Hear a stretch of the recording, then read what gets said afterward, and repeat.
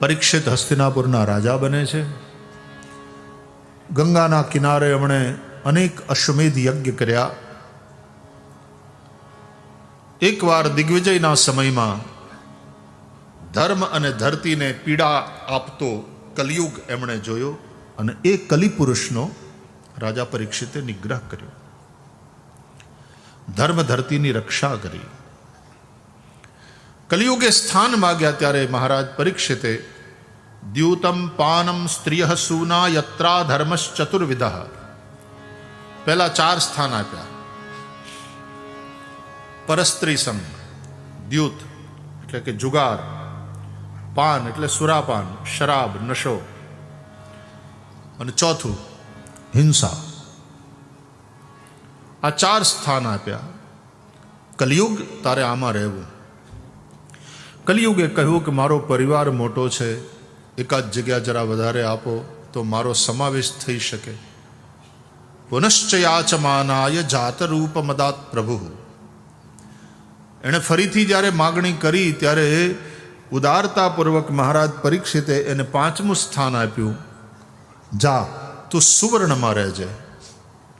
સુવર્ણ ધન સંપત્તિ, અને એમાં અનીતિથી મેળવેલી હોય તો એમાં કલિયુગનો વાસ છે.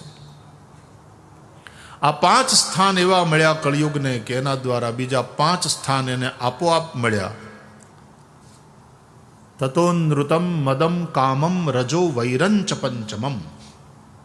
એક શ્લોકો બહુ સમજવા જેવા છે. હવે આપણે એક જ સત્રમાં કથા કરવી ને ક્યાંથી બધું પૂરું થાય.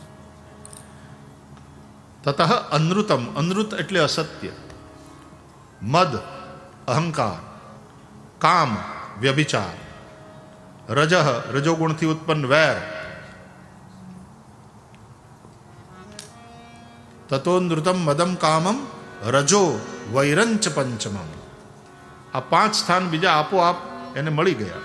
એટલે 5 પહેલા અને 5 પછી થયા 10. આ કળિયુગનું એડ્રેસ છે તમારે મળવું હોય તો. પણ એપોઇન્ટમેન્ટ કોની લેવી છે, કળિયુગની કે કૃષ્ણની? કોને મળવું છે? જો કળિયુગના સ્થાનમાં ગયા અને ફસ્યા તો કૃષ્ણથી દૂર થશો. માટે જેને પોતાના કલ્યાણની ઈચ્છા હોય એણે આ 10 સ્થાનથી દૂર રહેવું જેમાં કળિયુગનો નિવાસ છે. ફરીથી અય્યાશી, પરસ્ત્રી સંગ, દ્યુત જુગાર, ગેમ્બલિંગ, સુરાપાન, મદિરા, નશો, એ મદિરાનો હોય કે ડ્રગનો હોય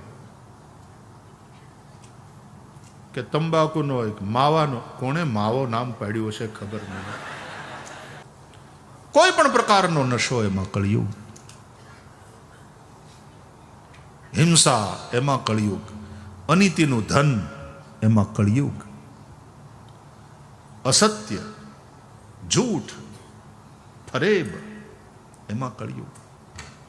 મદ, પૈસાનો મદ, સત્તાનો મદ, અભિમાન, કામ, વ્યભિચાર, વાસનાઓ,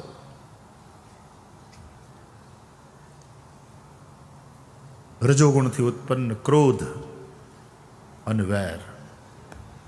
આ 5 ને 5 10 સ્થાન છે. જેને કૃષ્ણની ભક્તિ કરવી છે એણે આ સ્થાનથી દૂર રહેવું.